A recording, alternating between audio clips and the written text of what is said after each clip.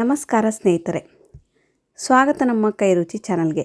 ಇವತ್ತು ನಾನು ತುಂಬ ಸುಲಭವಾಗಿ ಯಾವುದೇ ರೀತಿ ಗ್ಯಾಸನ್ನು ಬಳಸದೆ, ಸಕ್ಕರೆ ಪಾಕದ ಬೇಡ, ಬೆಲ್ಲದ ಪಾಕ ಬೇಡ, ತುಂಬ ಇನ್ಸ್ಟೆಂಟಾಗಿ ನೀವು ಒಂದು 10 ನಿಮಿಷದಲ್ಲಿ ಸ್ವೀಟ್ನ ಮಾಡ್ಬೋದು. ಬನ್ನಿ ನೋಡೋಣ. ಮೊದಲಿಗೆ ನಾನಿಲ್ಲಿ ಒಂದು ಮಿಕ್ಸಿ ಜಾರ್ಗೆ ನೋಡಿ ಈ ಥರ ಉರಿಗಡಲೆಯನ್ನು ತೊಗೊಂಡಿದ್ದೀನಿ. ನೀವು ಬೇಕಿದ್ರೆ ಪುಟಾಣಿ ಕೂಡ ತೊಗೊಳ್ಬೋದು. ಚೆನ್ನ ಅಂತಾರಲ್ವ, ಸೊ ನಾನು ಅದು ತೊಗೊಂಡಿದ್ದೀನಿ. 2 ಕಪ್ ಆಗುವಷ್ಟು ನಾನು ಉರಿಗಡಲೆಯನ್ನು ತೊಗೊಂಡಿದ್ದೀನಿ. ಸ್ನೇಹಿತರೆ, ಪುಟಾಣಿಯಿಂದನೇ ಮಾಡಬೇಕು ಅಂತೇನಿಲ್ಲ, ಉರಿಗಡಲೆಯಿಂದಂತೂ ಇನ್ನೂ ಟೇಸ್ಟಿಯಾಗಿರುತ್ತೆ. ಸೊ ಒಂದು 15ರಿಂದ 20 ಪೀಸ್ ಆಗುವಷ್ಟು ಬಾದಾಮಿಯನ್ನು ತೊಗೊಂಡಿದ್ದೀನಿ. 1 ಟೇಬಲ್ ಸ್ಪೂನ್ ಆಗುವಷ್ಟು ಗಸಗಸೆಯನ್ನು ತೊಗೊಂಡಿದ್ದೀನಿ. ಗಸಗಸೆ ಬೇಡ ಅನ್ನೋರು ಸ್ಕಿಪ್ ಮಾಡ್ಬೋದು. ಬೇಕಿದ್ರೆ ನೀವು ಎಕ್ಸ್ಟ್ರಾ ಡ್ರೈ ಫ್ರೂಟ್ಸ್, ಗೋಡಂಬಿ, ಪಿಸ್ತಾ ಕೂಡ ಹಾಕ್ಕೊಳ್ಬೋದು. ಇದನ್ನು ತುಂಬ ಸಣ್ಣದಾಗಿ ನೀವು ಪೌಡರ್ನ ಮಾಡ್ಕೊಂಡು ಬರಬೇಕು. ಯಾವುದೇ ರೀತಿ ತರಿ ಇರಬಾರ್ದು, ಹಾಗೂ ಎಲ್ಲೂ ಕೂಡ ಬಾದಾಮ್ ಪೀಸ್ ಕೂಡ ಇರಬಾರ್ದು. ಅಷ್ಟು ಸಣ್ಣದಾಗಿ ನೀವು ಎಷ್ಟು ಸ್ಮೂತಾಗಿ ಪೌಡರ್ನ ಮಾಡ್ತಿರೋ ನಿಮಗೆ ಅಷ್ಟು ತುಂಬ ಸಾಫ್ಟಾಗಿ ನಿಮಗೆ ಇದು ಸ್ವೀಟ್ ಕೂಡ ರೆಡಿ ಆಗುತ್ತೆ. ಈಗ ನಾನು ಒಂದು ಮಿಕ್ಸಿಂಗ್ ಬೌಲ್ಗೆ ನಾನು ಮಾಡಿರುವಂಥ ಈ ಉರಿಗಡಲೆ ಪೌಡರ್ನ ಇದಕ್ಕೆ ಹಾಕ್ಕೊಳ್ತಾ ಇದ್ದೀನಿ. ನೀವು ಬೇಕಿದ್ರೆ ಪುಟಾಣಿ ತೊಗೊಳ್ಬೋದು, ಶೇಂಗಾ ಕೂಡ ತೊಗೊಳ್ಬೋದು. ತುಂಬಾ ಟೇಸ್ಟಿಯಾಗಿರುತ್ತೆ. ಶೇಂಗಾ ತೊಗೊಳ್ಳೋದ್ರಿಂದ ಸ್ವಲ್ಪ ಬರ್ಫಿ ತರಿಯಾಗಿರುತ್ತೆ, ಬಟ್ ಇದರಿಂದ ಮಾಡೋದ್ರಿಂದ ತುಂಬ ಸ್ಮೂತಿಯಾಗಿರುತ್ತೆ. ನೆಕ್ಸ್ಟ್ ನಾನೀಗ ಕಲ್ಲು ಸಕ್ಕರೆಯನ್ನು ತೊಗೊಳ್ತಾ ಇದ್ದೀನಿ. 2 ಕಪ್ ಉರಿಗಡಲೆಗೆ 1 ಕಪ್ ಆಗೋಷ್ಟು ಕಲ್ಲು ಸಕ್ಕರೆಯನ್ನು ತೊಗೊಳ್ತಾ ಇದ್ದೀನಿ. ಖಂಡಿತವಾಗ್ಲೂ ನ್ಯಾಚುರಲ್ ಆಗಿರುವಂಥ ಈ ಕಲ್ಲು ಸಕ್ಕರೆಯಿಂದ ಈ ಸ್ವೀಟ್ನ ಮಾಡೋದು ತುಂಬಾ ರುಚಿಯಾಗಿರುತ್ತೆ. ನೀವೇನಾದರೂ ಟ್ರೈ ಮಾಡಿಲ್ಲ ಅಂದರೆ ಕಲ್ಲು ಸಕ್ಕರೆ ಹಾಕಿ ಬೇಕಿದ್ರೆ ಟ್ರೈ ಮಾಡಿ ನೋಡಿ, ಸೂಪರ್ ಡೂಪರ್ ಅಂತಲೇ ಹೇಳ್ಬೋದು. ಈ ಕಲ್ಲು ಸಕ್ಕರೆ ಇಲ್ಲ ಅನ್ನೋರು ಇದನ್ನು ಕೂಡ ಸಣ್ಣದಾಗಿ ಸ್ಮೂತಾಗಿ ಪೌಡರ್ನ ಮಾಡ್ಕೊಂಡು ಬರಬೇಕು. ಕಲ್ಲು ಸಕ್ಕರೆ ಇಲ್ಲ ಅನ್ನೋರು ಆರ್ಗ್ಯಾನಿಕ್ ಬೆಲ್ಲ ಕೂಡ ತೊಗೊಳ್ಬೋದು, ಅಥವಾ ಸಕ್ಕರೆ ಕೂಡ ತೊಗೊಳ್ಬೋದು. ಬಟ್ ಕಲ್ಲು ಸಕ್ಕರೆ ಹಾಕೋದ್ರಿಂದ ತುಂಬಾ ಡಿಫ್ರೆಂಟ್ ಫ್ಲೇವರ್ ಕೂಡ ನಿಮಗೆ ಕೊಡುತ್ತೆ. ಇದು ಸಕ್ಕರೆಯಿಂದನ ಅಂತ ನಿಮಗೆ ಅನಿಸೋದಿಲ್ಲ, ಅಷ್ಟು ಟೇಸ್ಟಿಯಾಗಿರುತ್ತೆ. ಈಗ ನಾವು ಮಿಕ್ಸಿಂಗ್ ಬೌಲ್ಗೆ ಉರಿಗಡಲೆ ಪುಡಿಯನ್ನು ಹಾಕಿರ್ತೀವಲ್ವ, ಅದ್ರ ಜೊತೆಗೆ ಈ ಕಲ್ಲು ಸಕ್ಕರೆ ಪುಡಿ ಹಾಕಿ ಅರ್ಧ ಟೇಬಲ್ ಸ್ಪೂನ್ ಆಗುವಷ್ಟು ಏಲಕ್ಕಿ ಶುಂಠಿ ಪೌಡರನ್ನು ಹಾಕ್ಕೊಳ್ತಾ ಇದ್ದೀನಿ. ನಾನೀಗ 4ರಿಂದ 5 ಟೇಬಲ್ ಸ್ಪೂನ್ ಆಗುವಷ್ಟು ತುಪ್ಪವನ್ನು ತೊಗೊಂಡಿದ್ದೀನಿ.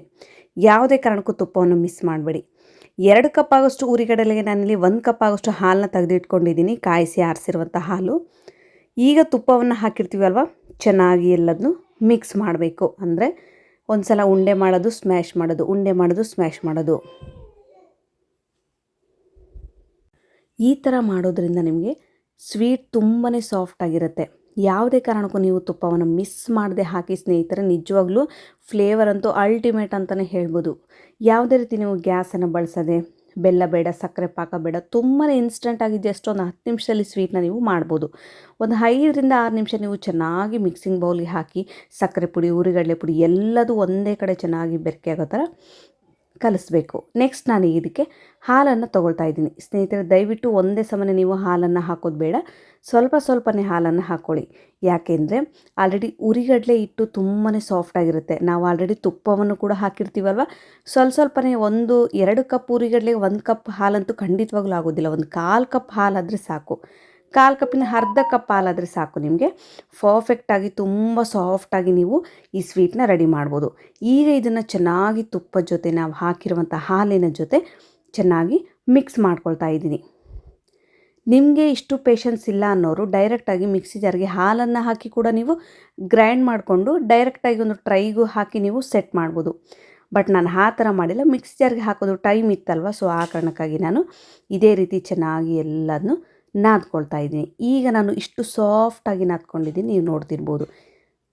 ಜಾಸ್ತಿ ಹಾಲು ಬೇಡ, ಅರ್ಧ ಕಪ್ ಹಾಲಾದರೆ ಸಾಕು. ನಾನು ಮೆಜರ್ಮೆಂಟಿಗೆ 1 ಕಪ್ ಅಂತ ತೋರಿಸಿದ್ದೀನಿ.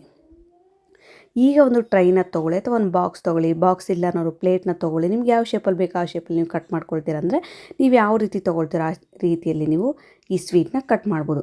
1 ಟೇಬಲ್ ಸ್ಪೂನ್ ಆಗೋಷ್ಟು ತುಪ್ಪನ ಚೆನ್ನಾಗಿ ಬ್ರಷ್ಗೆ ಹಾಕಿ ಅಪ್ಲೈ ಮಾಡೋದ್ರಿಂದ ನಮಗೆ ಈ ಸ್ವೀಟ್ ಯಾವುದೇ ರೀತಿ ಬಾಕ್ಸ್ಗಾಗಲಿ ಅಥವಾ ತಳಕ್ಕಾಗಲಿ ಹತ್ತೋದಿಲ್ಲ. ನಾವು ಕಟ್ ಮಾಡಿ ಶೇಪ್ಗೆ ನಮಗೆ ಡೈರೆಕ್ಟಾಗಿ ಸ್ವೀಟ್ ಬಿಟ್ಬಿಡುತ್ತೆ, ತಳ ಬಿಡುತ್ತೆ. ಸ್ವಲ್ಪ ತುಪ್ಪವನ್ನು ಅಪ್ಲೈ ಮಾಡಿದ ತಕ್ಷಣ ನಾವು ರೆಡಿ ಮಾಡಿ ಇಟ್ಕೊಂಡಿರೋಂಥ ಈ ಸ್ವೀಟ್ನ ಇದಕ್ಕೆ ಚೆನ್ನಾಗಿ ಸೆಟ್ ಮಾಡೋಣ. ನೀವು ಬೇಕಿದ್ರೆ ಕೆಳಗಡೆ ಎಲ್ಲ ಡ್ರೈ ಫ್ರೂಟ್ಸ್ ಆದರೂ ಹಾಕ್ಕೊಳ್ಳಿ, ಅಥವಾ ಬಟರ್ ಪೇಪರ್ ಇಟ್ಟು ನಮಗೆ ಇಷ್ಟೊಂದು ಟೈಮ್ ಇಲ್ಲ ಅನ್ನೋರು ಡೈರೆಕ್ಟಾಗಿ ಬಟರ್ ಪೇಪರ್ಗೆ ಹಾಕಿ ಉಲ್ಟಾ ತಿರುಗಿಸಿ ಕೂಡ ನೀವು ಕಟ್ ಮಾಡ್ಬೋದು. ಫಸ್ಟಿಗೆ ನಾನು ಚೆನ್ನಾಗಿ ಅರ್ಧ ಟ್ರೈಯಲ್ಲಿ ಮಾತ್ರ ಸೆಟ್ ಆಗೋ ಥರ ಕಟ್ ಮಾಡ್ಕೊಳ್ತಾ ಇದ್ದೀನಿ. ಸ್ವಲ್ಪ ನನಗೆ ಸ್ವೀಟ್ ಮೈಸೂರು ಪಾಕ್ ಟೈಪ್ ಬರಲಿ ಶೇಪ್ ಅಂತೇಳಿ ಈ ಥರ ನಾನು ಅರ್ಧ ಭಾಗ, ಅಂದರೆ 3/4 ಭಾಗ ಆಗೋಷ್ಟು ನಾನು ಟ್ರೈಯಲ್ಲಿ ಸೆಟ್ ಮಾಡ್ಕೊಂಡಿದ್ದೀನಿ. ಈ ಥರ ಸಾಫ್ಟಾದ ಸ್ಪೂನಿಂದ ನೀವು ಸೆಟ್ ಮಾಡೋದ್ರಿಂದ ಸ್ವೀಟ್ ಎಲ್ಲದೂ ಒಂದೇ ಸಮನೆ ನಿಮಗೆ ಕೂಡುತ್ತೆ. ಸ್ನೇಹಿತರೆ, ನೀವೇನಾದರೂ ಈ ಸಮ್ಮರಲ್ಲಿ ಏನಾದರೂ ಸ್ವೀಟ್ ಮಾಡಬೇಕು, ಈವ್ನಿಂಗ್ ಟೈಮಲ್ಲಿ ಸ್ನ್ಯಾಕ್ಸ್ನ ಮಾಡಬೇಕು ಅಂದ್ಕೊಂಡಿದ್ರೆ ಯಾವುದೇ ರೀತಿ ಗ್ಯಾಸನ್ನು ಬಳಸದೆ ತುಂಬಾ ಕ್ವಿಕ್ ಆ್ಯಂಡ್ ಈಸಿಯಾಗಿ ನೀವು ತುಂಬ ಹೆಲ್ದಿ ಅಂತ ಈ ಹುರ್ಗಡ್ಲೆನ ಚೆನ್ನ ಸ್ವೀಟ್ನ ನೀವು ಕೂಡ ಮಾಡ್ಬೋದು. ಫೈನಲಾಗಿ ಈ ಥರ ಸೆಟ್ ಮಾಡಿ ಇದನ್ನು ಒಂದು 20 ನಿಮಿಷ ನಾನು ಫ್ರೀಝರಲ್ಲಿ ಇಡ್ತಾ ಇದ್ದೀನಿ. ನನಗೆ ಬೇಗ ಅರ್ಜೆಂಟಾಗಿ ಸ್ವೀಟ್ ಬೇಕಿತ್ತು, ಸೊ ಆ ಕಾರಣಕ್ಕಾಗಿ ನಾನು ಇದನ್ನ 20 ನಿಮಿಷ ಫ್ರೀಝರಲ್ಲಿಟ್ಟು 20 ನಿಮಿಷ ಆದಮೇಲೆ ನಾನೀಗ ಓಪನ್ ಮಾಡ್ತಾ ಇದ್ದೀನಿ.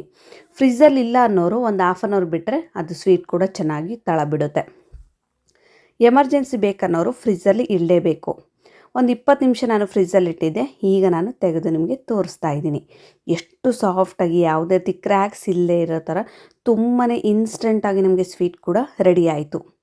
ಸೊ ನಿಮಗೆ ಬೇಕಾದಂಥ ಶೇಪಲ್ಲಿ ಕೂಡ ನೀವು ಕಟ್ ಮಾಡ್ಕೊಳ್ಬೋದು. ಗ್ಯಾಸ್ ಹಚ್ಚಿ ಸಕ್ಕರೆ ಪಾಕ ಮಾಡಿಕೊಂಡು ಬೆಲ್ಲದ ಪಾಕ ಮಾಡಿಕೊಂಡು ಎಲ್ಲ ಮಾಡಿಕೊಂಡು ಮಾಡೋಷ್ಟು ಟೈಮ್ ಇಲ್ಲ ಅನ್ನೋರಿಗೆ ಇದು ಒಂದು ಒಳ್ಳೆ ಸ್ವೀಟ್ ರೆಸಿಪಿ ಅಂತಲೇ ಹೇಳ್ಬೋದು.